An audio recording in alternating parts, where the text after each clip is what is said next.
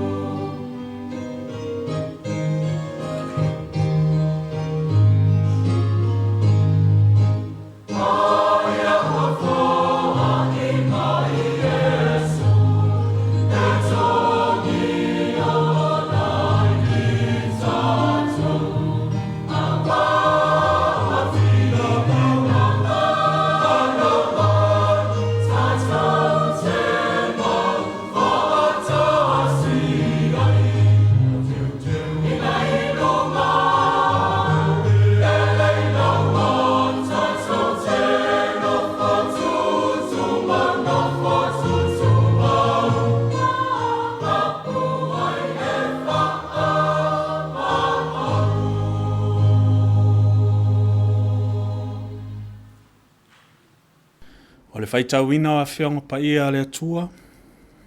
A le a maua tātou tusi whaitau mai le whenga tuai. Tusi a profeta o Mika lon tā upu e fitu. A mata le whaitau mai le whai upu e sifunu ma le walu. Se e whaangata mai le whai upu e lua sifunu. Mika lon tā upu e fitu. A mata le whaitau mai le whai upu e sifunu ma le walu. Se e whaangata mai le whai upu e lua sifunu. Whaafonga mai e whiong pa ia le atua. O ai ea se atua e tusa ma oe o le whaamangalo angasala.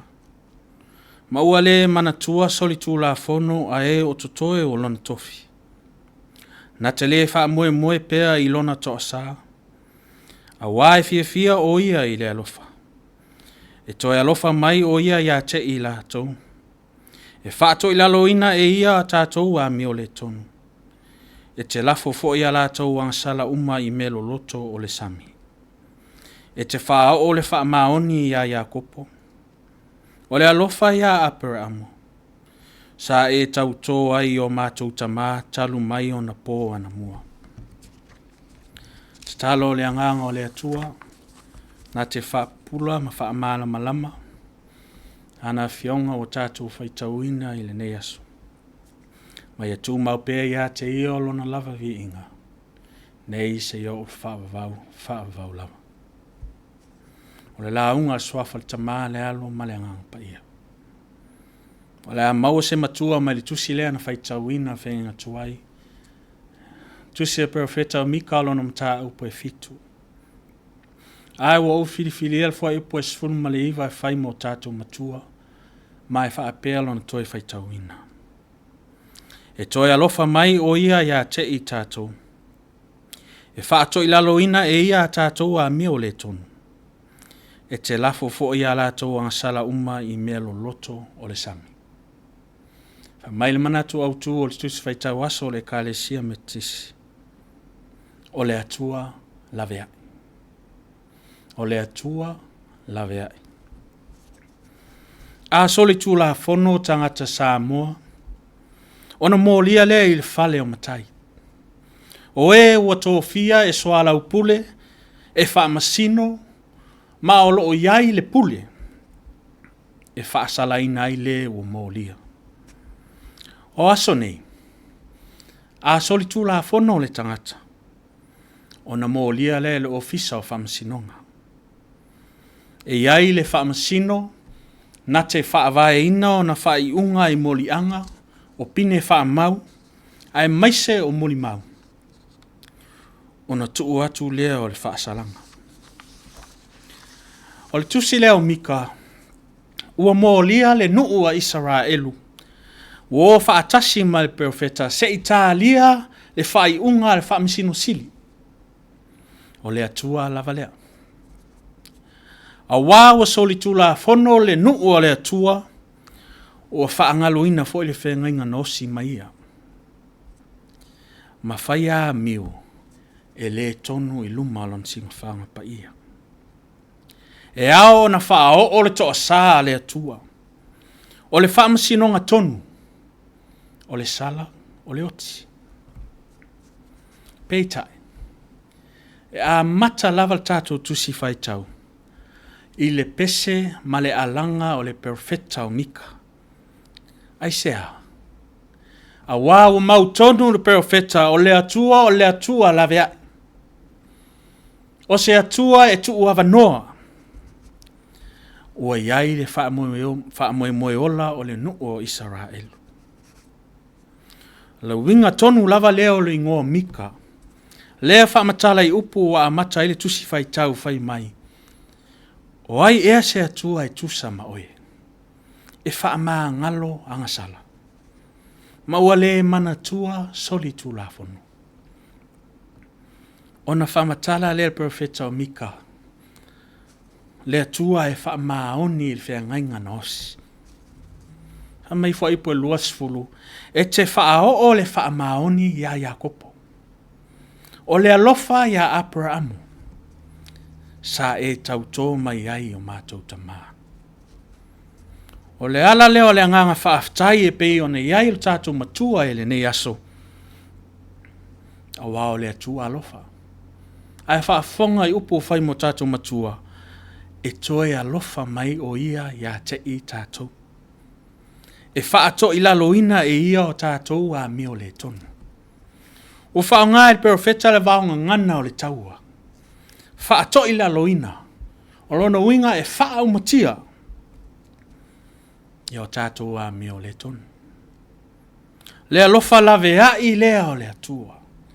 E mawhai i lona pule to atasi. O na whaato i lalo le angasala. O na whaapea leo le profeta. E lafo fo i angasala. I mea lo loto o le sami. E le i whaapea e tanu le palapala. A wae mawhai o na sātia. E le i whaapea fo i lafo i tuāpā. Ia tātou angasala. A wae mawhai o na toi suina. Ai whaonga e profeta li lo loto o le sami. A wale vaia Israelu le sami lo loto. o le tuunga mau e le elia. O le nofoanga e le mawhai e se tasi o na usia, pe su e ina, pe au ili ili.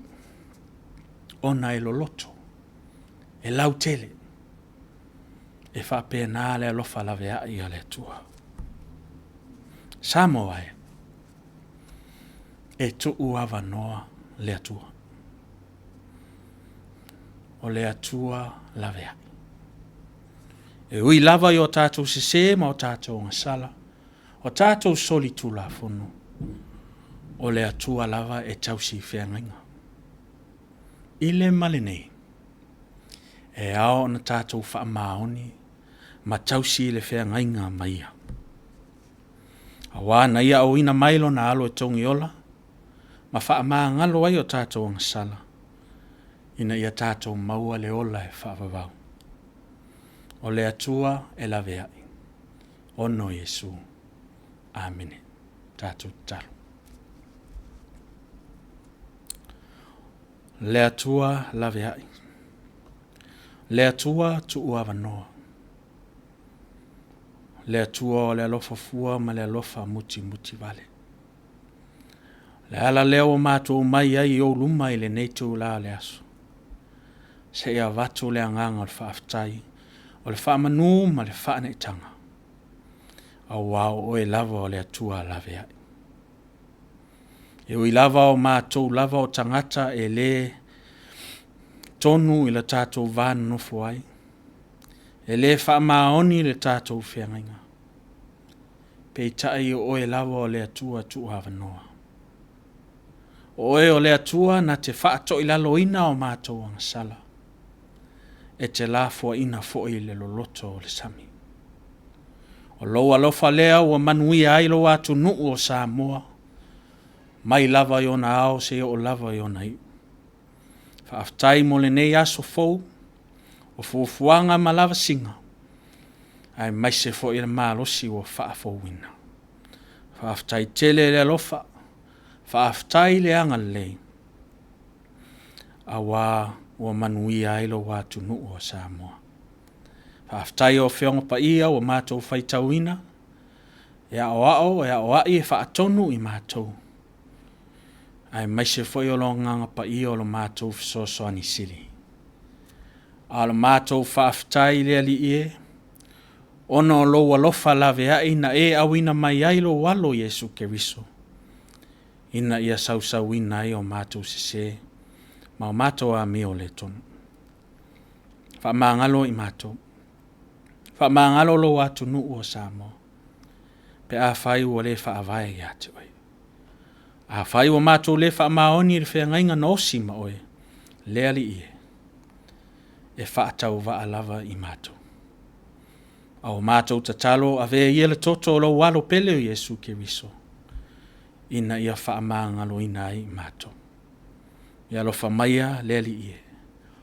Lo watu nuu o Samoa maona tangata. Fufuanga malava singa mātou te tuu atu ia te oe. A waile ise mea mātou te mawhaia. Pe au noa malau whaatasi mai. Mana tua fo i tama whanau o lo atu nuu, o lo iso se tafa o le lalolangi. Ia e anga le lei ia te i lato. O ai lava o whenga i mamai ar tino. Ia e whaamalo lo ia te i lato. O ai o lo whaano o noa, o non malanga o maliu ma le oti. Ia e whaamawhana whana le ali ie. Nisi foi o lo iai ai o sulfa inga, nisi o lo mo mia lo fisosoani. Le ali ie apa to ilo au alofa. Tātou ma oe le ali ie, e manui ai mea uma mātou te whaia. O le talo lea ala te Yesu Keriso lo mātou ali imal mātou whaolo. E lunga o Samoa ma le lalolangi a toa whaamanuianga oe le atua tama, le alofa ma le file mu Yesu Keriso le alo. Ma aftanga maluanga pa ia nei se o le whaavavau lava. Amen.